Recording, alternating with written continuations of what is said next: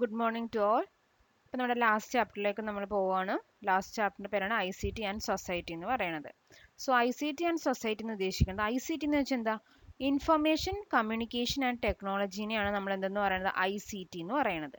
ഇനി ഈ ICT കൊണ്ട് എന്തൊക്കെയാണ് സൊസൈറ്റി, അത് ICT സൊസൈറ്റിയുമായിട്ട് എങ്ങനെ റിലേറ്റ് ചെയ്തിരിക്കുന്നു, ആ രണ്ട് കാര്യങ്ങളാണ് നമ്മൾ ഇതിനകത്ത് പഠിക്കാൻ പോകുന്നത്. അപ്പോൾ ഈ ചാപ്റ്ററിൽ രണ്ട് സെക്ഷനായിട്ടാണ് നമ്മൾ പഠിക്കുന്നത്. അതിൽ ഫസ്റ്റ് സെക്ഷനിൽ നമ്മൾ പറയുന്നത് ഈ ICTയുടെ സർവീസുകൾ, ഇൻഫർമേഷൻ കമ്മ്യൂണിക്കേഷൻ ആൻഡ് ടെക്നോളജിയുടെ സർവീസുകൾ എന്തൊക്കെയാണെന്നാണ് ഫസ്റ്റ് സെക്ഷൻ നമ്മൾ പഠിക്കുന്നത്. ദെൻ സെക്കൻഡ് സെക്ഷനിൽ നമ്മൾ പഠിക്കുന്നത് എന്താണ് ഇൻഫർമേഷൻ സെക്യൂരിറ്റി എന്ന് പറഞ്ഞാൽ എന്താണ്, അത് എന്തൊക്കെയാണ്, ഏതൊക്കെ ടേംസുകളാണ് അതിനകത്ത് റെഫർ ചെയ്യണമെന്നാണ് നമ്മൾ സെക്കൻഡിൽ പഠിക്കുന്നത്. ഓക്കെ, അപ്പോൾ ഇൻഫർമേഷൻ കമ്മ്യൂണിക്കേഷൻ ആൻഡ് ടെക്നോളജി എന്ന് വെച്ചാൽ എന്താ, ഇൻഫർമേഷനും ടെക്നോളജിയും തമ്മിൽ എങ്ങനെ കമ്മ്യൂണിക്കേറ്റ് ചെയ്യുന്നു, that is information communication and technology. അതിൽ ആദ്യത്തെ സെക്ഷനിൽ വന്നതാണ് ICTയുടെ ഡിഫറെൻറ്റ് സർവീസുകൾ. ICTയുടെ സർവീസിൽ വന്നതാണ് E business, E governance, E learning. ഇതാണ് എന്തിൽ വന്നത്, ICTയുടെ ഡിഫറെൻറ്റ് സർവീസുകളിൽ വന്നത്. അപ്പോൾ ഇ എന്ന് പറഞ്ഞ ടേം എന്ന് വെച്ച് കഴിഞ്ഞാൽ എപ്പോഴും ഇലക്ട്രോണിക് എന്നുള്ള മീനിങ് ആണ്. E refers to electronic. So E governance എന്ന് പറയുമ്പോൾ എന്താ, ഇലക്ട്രോണിക് ഗവേണൻസിനെയാണ് നമ്മൾ എന്തെന്ന് പറയുന്നത്, ഇ ഗവേണൻസ് എന്ന് പറയുന്നത്. So E governance is the application of ICT for delivering government services to citizens in a convenient, efficient and transparent manner. അതായത് government സർവീസുകൾ സിറ്റിസൻസിലേക്ക് പാസ് ചെയ്യാനായിട്ടാണ് നമ്മൾ എന്ത് യൂസ് ചെയ്യണത്, ഇ ഗവേണൻസ് ആപ്ലിക്കേഷൻസ് നമ്മൾ യൂസ് ചെയ്യണത്. E-governance facilitate interaction among different stakeholders in the governance. പല സ്റ്റേറ്റിലുള്ള ആൾക്കാരുമായിട്ട് നമുക്ക് എന്ത് ചെയ്യാൻ പറ്റും, കമ്മ്യൂണിക്കേറ്റ് ചെയ്യാനായിട്ട് എന്ത് യൂസ് ചെയ്യാം, ഇ ഗവേണൻസ് യൂസ് ചെയ്യാൻ പറ്റും. ഇനി ഈ ഗവേണൻസിൻ്റെ ഫെസിലിറ്റീസ് ആണ്. ഗവൺമെൻറ് ടു ഗവൺമെൻറ് ഉണ്ട്, ഗവൺമെൻറ് ടു സിറ്റിസൺ ഉണ്ട്, ഗവൺമെൻറ് ടു ബിസിനസ് ഉണ്ട്, അതുപോലെ ഗവൺമെൻറ് ടു എംപ്ലോയ്. അപ്പോൾ ഗവൺമെൻറ്റിൻ്റെ സർവീസുകൾ ഗവൺമെൻറ്റിലേക്ക് പോവാം, ഗവൺമെൻറ്റും സിറ്റിസൺസും തമ്മിലുള്ള ഫെസിലിറ്റീസ് കൂട്ടാം, ഗവൺമെൻറ്റും ബിസിനസ്സും തമ്മിലുള്ളത് ഇൻട്രാക്ട് ചെയ്യാം, അതുപോലെ ഗവൺമെൻറ്റും എംപ്ലോയി തമ്മിലുള്ളതും നോക്കാം. ഓക്കെ, ഇനി അടുത്ത് പറയുന്നത് ഇ ഗവേണൻസിൻ്റെ ഇൻഫ്രാസ്ട്രക്ചേഴ്സ് ഏതൊക്കെയാണെന്നാണ്. ഇ ഗവേണൻസിന് മെയിനായിട്ട് 3 ഇൻഫ്രാസ്ട്രക്ചേഴ്സ് ആണ് ഉള്ളത്. State data centre, then state-wide area network and common service center. 3 type of infrastructures ആണ് ഈ ഗവേണൻസിനുള്ളത്.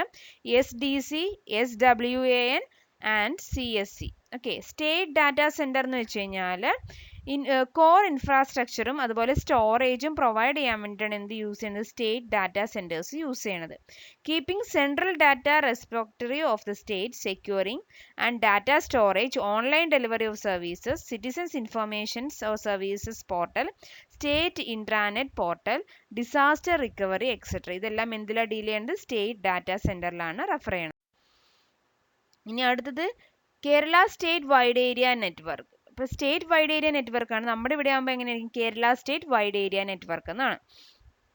അപ്പോൾ കേരളത്തിൽ മാത്രം അവൈലബിൾ ആയിട്ടുള്ള വൈഡ് ഏരിയ നെറ്റ്വർക്കിനെയാണ് നമ്മൾ എന്താ പറയുക, കേരള സ്റ്റേറ്റ് വൈഡ് ഏരിയ. അതായത് ഓരോ സ്റ്റേറ്റിലും ഓരോരോ ഡിഫറെൻറ്റ് വൈഡ് ഏരിയ നെറ്റ്വർക്ക് ആയിരിക്കും. It set up as a backbone of the state information infrastructure. It connects. അപ്പോൾ ഈ കേരളത്തിലുള്ള കേരളത്തിലെ ഡിഫറെൻറ്റ് സിറ്റീസിന്, അതായത് തിരുവനന്തപുരം, കൊച്ചി, കോഴിക്കോട് അങ്ങനെയുള്ളവരെ തമ്മിൽ അങ്ങനെ 14 ഡിസ്ട്രിക്റ്റിലെ കണക്ട് ചെയ്യുകയും അതുപോലെ തന്നെ 152 ബ്ലോക്ക് പഞ്ചായത്തുകളെയും തമ്മിൽ കണക്ട് ചെയ്യാനായിട്ട് ഉപയോഗിക്കുന്ന ഒരു വൈഡ് ഏരിയ നെറ്റ്വർക്ക് ആണ് എന്തെന്ന് പറയുന്നത്, Kerala state wide area network എന്ന് പറയുന്നത്. പിന്നെ അടുത്തൊരു കോമൺ സർവീസ് സെൻറ്റേഴ്സ് ആണ്. കോമൺ സർവീസ് സെൻറ്റർ എന്ന് വെച്ച് കഴിഞ്ഞാൽ ഈ ഗവൺമെൻറ്റിൻ്റെ സർവീസുകൾ പ്രൊവൈഡ് ചെയ്യുന്ന കോമൺ സർവീസ് സെൻറ്റേഴ്സ്. എക്സാമ്പിൾ പറയുകയാണെങ്കിൽ അക്ഷയ സെൻറ്റേഴ്സ്. അക്ഷയ സെൻറ്ററിൽ ആർക്ക് പോയാലും നമുക്ക് എന്താ കിട്ടുന്നത്, ഗവൺമെൻറ്റിൻ്റെ ഇപ്പോൾ ഏതെങ്കിലും ആപ്ലിക്കേഷൻ ഫോം ഫില്ല് ചെയ്യാൻ, ഇപ്പോൾ നമുക്ക് ഇൻകം സർട്ടിഫിക്കറ്റ്, അതുപോലെ ബർത്ത് സർട്ടിഫിക്കറ്റ്, എല്ലാ കാര്യങ്ങളും നമുക്ക് എവിടെ പോയി ചെയ്താൽ മതി, അക്ഷയ സെൻറ്റേഴ്സ്. ഈ അക്ഷയ സെൻറ്റേഴ്സുകളാണ് നമ്മൾ എന്തെന്ന് പറയുന്നത്, കോമൺ സർവീസ് സെൻറ്റേഴ്സ് എന്ന് പറയുന്നത്. So it is a friend and delivery point of the government, private and social sector services for the rural citizens of India. A highlight of the CSC is facility it offers web-enabled e-governance services in rural areas. Example ആണ് എന്തെന്ന് പറയുന്നത്, അക്ഷയ സെൻറ്റേഴ്സിലാണ് നമ്മൾ main ആയിട്ട് use ചെയ്യണത്. അപ്പോൾ ഇത് മൂന്നുമാണ് infrastructures എന്ന് പറയുന്നത്. പിന്നെ നമ്മൾ പഠിക്കേണ്ടത് മേജർ ബെനിഫിറ്റ്സ്. അപ്പോൾ ഓരോ അതായത് ICTയുടെ ഓരോ സർവീസുകൾ പഠിക്കണം. ആ സർവീസ് പഠിക്കുന്നതിനോടൊപ്പം തന്നെ അതിൻ്റെ അഡ്വാൻറ്റേജും ലിമിറ്റേഷനും പഠിച്ചു പോകണം. ഈ ഗവേണൻസിന്റെ ബെനിഫിറ്റ്സ് എന്തൊക്കെയാന്ന് വെച്ചാൽ it leads to automation of the government സർവീസുകളെല്ലാം എന്ത് ചെയ്യാൻ പറ്റി, ഓട്ടോമേറ്റ് ചെയ്യാനായിട്ട് പറ്റി. ഇറ്റ് സ്ട്രെങ്തൻസ് ഡെമോക്രസിനെ കൂടുതലും സ്ട്രെങ്ത് ആക്കി. It ensures more transparency, easy ആയിട്ട് ട്രാൻസ്പെറന്റ് ആയിട്ട് പോകും. It helps to eliminate corruptions, അതായത് തെറ്റുകളൊക്കെ ഉണ്ടെങ്കിൽ അതൊക്കെ എലിമിനേറ്റ് ചെയ്യാനായിട്ട് പറ്റും. It saves time and money, അതുപോലെ മണിയും ടൈമും നമുക്ക് സേവ് ചെയ്യാനായിട്ടും പറ്റും. ഇത്രയാണ് അതിന്റെ ബെനിഫിറ്റ്സ് എന്ന് പറയുന്നത്. ഇനി അതിന്റെ ചലഞ്ചസ് എന്തൊക്കെയാണ്? Security measures are highly required. ഇങ്ങനെ നമ്മൾ ഗവൺമെന്റിന്റെ സർവീസുകൾ യൂസ് ചെയ്യുമ്പോൾ എന്ത് ആവശ്യമാണ്? ഹൈലി സെക്യൂരിറ്റി ആവശ്യമാണ്. അത് സെക്യൂരിറ്റി ഹൈലി റിക്വയർഡ് ആണ്. Usually A huge initial investment and planning are required. ഇത് എല്ലാ സ്ഥലത്തും ഇൻവെസ്റ്റ് ചെയ്യണമെന്നുണ്ടെങ്കിൽ എന്ത് വേണം? മണി ഭയങ്കരമായിട്ടും. ഇതിന്റെ സോഫ്റ്റ്വെയർ ഇൻസ്റ്റാൾ ചെയ്യണമെന്നുണ്ടെങ്കിൽ അതിന്റെ ഇനീഷ്യൽ ഇൻവെസ്റ്റ്മെന്റ് കൂടുതലായിരിക്കും. ഇൻവെസ്റ്റ് ചെയ്ത് കഴിഞ്ഞാൽ നമുക്ക് ആർക്ക് വേണമെങ്കിലും ഈസി ആയിട്ട് യൂസ് ചെയ്യാൻ പറ്റും. ഇനി അടുത്ത ടേം ആണ് ഇ ബിസിനസ്. അപ്പൊ എന്താ പേര് തന്നെ ഉണ്ട്? Electronic business. അതായത് കമ്പ്യൂട്ടേഴ്സ് യൂസ് ചെയ്ത് നമ്മൾ ബിസിനസ് ട്രാൻസാക്ഷൻസ് നടത്തുന്നതിനെയാണ് എന്തെന്ന് പറയുന്നത്? ഇ ബിസിനസ് എന്ന് പറയുന്നത്. So e business is the sharing of business information, maintaining business relationship and conducting business transaction by means of ICT application. E business is an extension of e commerce. E കൊമേഴ്സിന്റെ ഒരു extension ആണ് എന്തെന്ന് പറയുന്നത്? E business എന്ന് പറയുന്നത്. ഇനി ഈ ബിസിനസ്സിൽ നമ്മൾ ഉപയോഗിക്കുന്ന ഒരു ടേം ആണ് EPS, ഇലക്ട്രോണിക് പേയ്മെന്റ് സിസ്റ്റം. അതായത് പേയ്മെന്റ് ചെയ്യാൻ നമ്മൾ എന്ത് യൂസ് ചെയ്യുക? ഇലക്ട്രോണിക് വേയിലൂടെ നമ്മൾ പേയ്മെന്റ് ചെയ്യുന്നതിനാണ് എന്തെന്ന് പറയുന്നത്? ഇലക്ട്രോണിക് പേയ്മെന്റ് സിസ്റ്റം എന്ന് പറയുന്നത്. System of financial exchange between buyers and sellers in an online environment. The financial exchange is facilitated by a digital financial instrument backed by a bank and or a intermediary. Okay. ഇനി E banking. E banking എന്ന് വെച്ചാൽ electronic banking transactions എല്ലാം electronically നടത്തുന്നതിനാണ് എന്തെന്ന് പറയുന്നത്?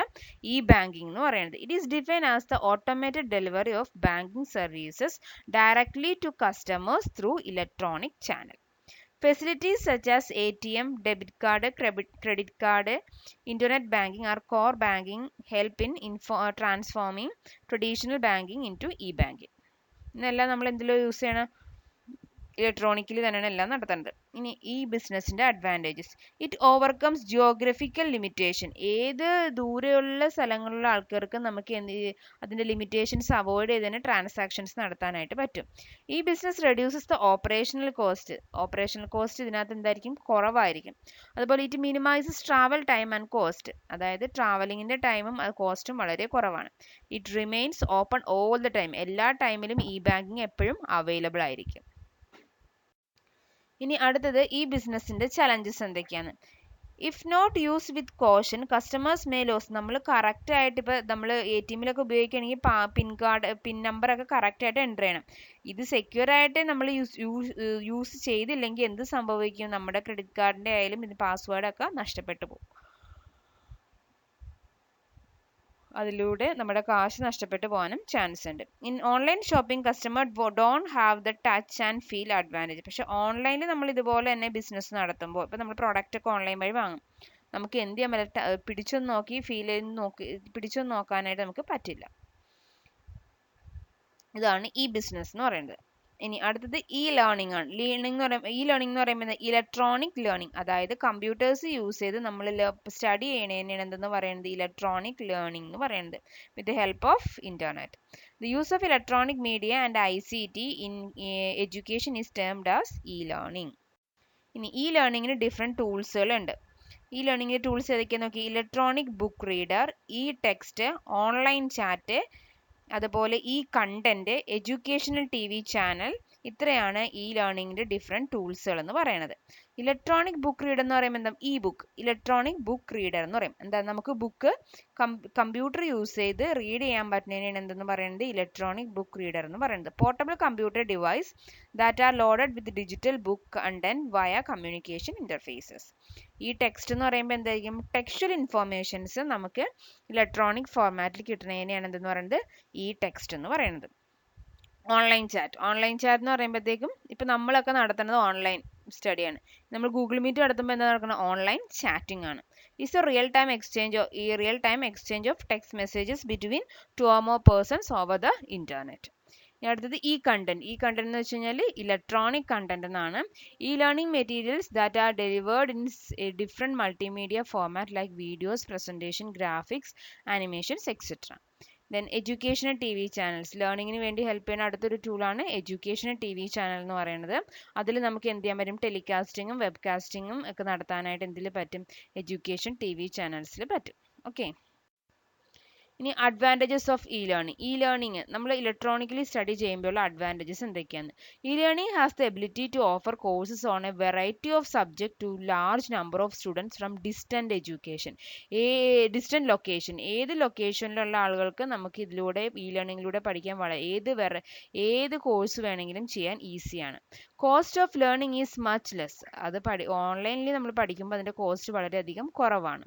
It saves journey time, instructor fees etcetera. ഇത് എന്തൊക്കെ save ചെയ്യാനുണ്ട്? യാത്രാ സമയവും കുറയ്ക്കുന്നുണ്ട്, അതുപോലെ അതിൻ്റെ ഫീസും ഒക്കെ കുറവ് മതി. It provides facility to do online courses from various reputed institution. Time and place is not a constraint for e learning. E ലേണിങ്ങിന് ടൈമും പ്ലേസും ഒരു മാനദണ്ഡമായിട്ടേ പറയുന്നില്ല. Then last one, challenges in e learning. E ലേണിംഗിൻ്റെ ചലഞ്ചസ് എന്തൊക്കെയാണ്? Face to face contact between students and the teacher is not possible. E ലേണിംഗിൽ എന്ത് പറ്റില്ല? ടീച്ചറും കുട്ടിയും തമ്മിൽ ഫേസ് ടു ഫേസ് കോൺടാക്ട് ഉണ്ടാവില്ല. Learners who require constant motivation may not be service adequately. Hands on practical in real laboratory scenario is also a constrain. ഇപ്പം നിങ്ങൾക്കും അറിയാലോ, നമുക്ക് പ്രാക്ടിക്കൽ നമുക്ക് പറഞ്ഞു കൊടുത്ത് ചെയ്യിക്കാൻ ബുദ്ധിമുട്ട്, അത് ചെയ്ത് തന്നെ ചെയ്യേണ്ട ഒരു കാര്യമാണ്. അപ്പം നമ്മൾ ഇ ലേണിംഗ് യൂസ് കഴിഞ്ഞാൽ അതൊരു ഡിഫിക്കൽറ്റി ആയിട്ട് മാറും. അപ്പം ഇത്രയാണ് ഇ ലേണിങ്ങിൻ്റെ അഡ്വാൻറ്റേജസ് ആൻഡ് ലിമിറ്റേഷൻ. അതുപോലെ തന്നെ ഇ ലേണിങ്ങിനും ഇ ബിസിനസ്സിനും ഇ ഗവേണൻസിനും ബാങ്കിങ്ങിനും യൂസ് ചെയ്യുന്ന ഡിഫറെൻറ്റ് വെബ്സൈറ്റുകളുണ്ട്. നിങ്ങൾ ടെക്സ്റ്റ് ബുക്കിൽ ആ വെബ്സൈറ്റിൻ്റെ പേരുകൾ കൊടുത്തിട്ടുണ്ട്. അപ്പോൾ ചുമ്മാ വെബ്സൈറ്റിൻ്റെ പേര് ജസ്റ്റ് ഒന്ന് നോക്കുക. ഇപ്പോൾ ഈ ബിസിനസ്സിന് യൂസ് ചെയ്യണമെങ്കിൽ ആമസോൺ, ഫ്ലിപ്കാർട്ട്, ഇതൊക്കെ എന്തിനു വേണ്ടി യൂസ് ചെയ്യുന്നത്? ഈ ബിസിനസ്സിന് വേണ്ടി യൂസ് ചെയ്യുന്നതാണ്. ഇ ലേണിങ്ങിന് നമ്മൾ പറഞ്ഞ് വിക്ടേഴ്സ് ചാനലൊക്കെ യൂസ് ചെയ്യുന്നുണ്ട്. അതുപോലെ ഈ ലേണിങ്ങിനുള്ള ടൂളാണ് HSS ലൈവ് എന്നും പറഞ്ഞൊരു സൈറ്റ് ഉണ്ട്. ഇനി ഗവൺമെൻറ് സർവീസുകൾ പ്രൊവൈഡ് ചെയ്യാനാണെന്നുണ്ടെങ്കിൽ നമുക്ക് അതുപോലെ ഈ ലേണിങ്ങിന് വേണ്ടി ഇഗ്നുവിൻ്റെ സൈറ്റ്, ഇതൊക്കെ ഈ ലേണിങ്ങിന് വേണ്ടി യൂസ് ചെയ്യുന്ന കാര്യങ്ങളാണ്. ഇനി ഗവൺമെൻറ്റിൻ്റെ സൈറ്റ് പറയുകയാണെങ്കിൽ നിങ്ങളുടെ +2ൻ്റെ കാര്യങ്ങൾ DHSE, കേരള PSC, ഇതൊക്കെ നമ്മുടെ ഗവൺമെൻറ്റിൻ്റെ സൈറ്റുകളിൽ വന്നതാണ്. അപ്പോൾ ഇത്രയാണ് ഡിഫറെൻറ്റ് സൈറ്റ്സുകൾ എന്ന് പറയുന്നത്. അപ്പോൾ നമ്മളിപ്പോൾ ആദ്യം പഠിച്ചത് ICTയുടെ ഡിഫറെൻറ്റ് സർവീസുകളാണ്. മെയിൻലി 4 സർവീസാണുള്ളത്: e government, e governance, e business, e banking and e learning. E എന്ന് വെച്ച് കഴിഞ്ഞാൽ ഇലക്ട്രോണിക് എന്നുള്ള മീനിങ് ആണ്. അപ്പോൾ ഇലക്ട്രോണിക് ആയിട്ട് നമുക്ക് ഗവേണൻസ് സർവീസുകളിൽ യൂസ് ചെയ്യാം, ഇലക്ട്രോണിക് ബാങ്കിങ് നടത്താം, ഇലക്ട്രോണിക് ബിസിനസ് നടത്താം, അതുപോലെ തന്നെ ഇലക്ട്രോണിക് ലേണിംഗും ഉണ്ട്.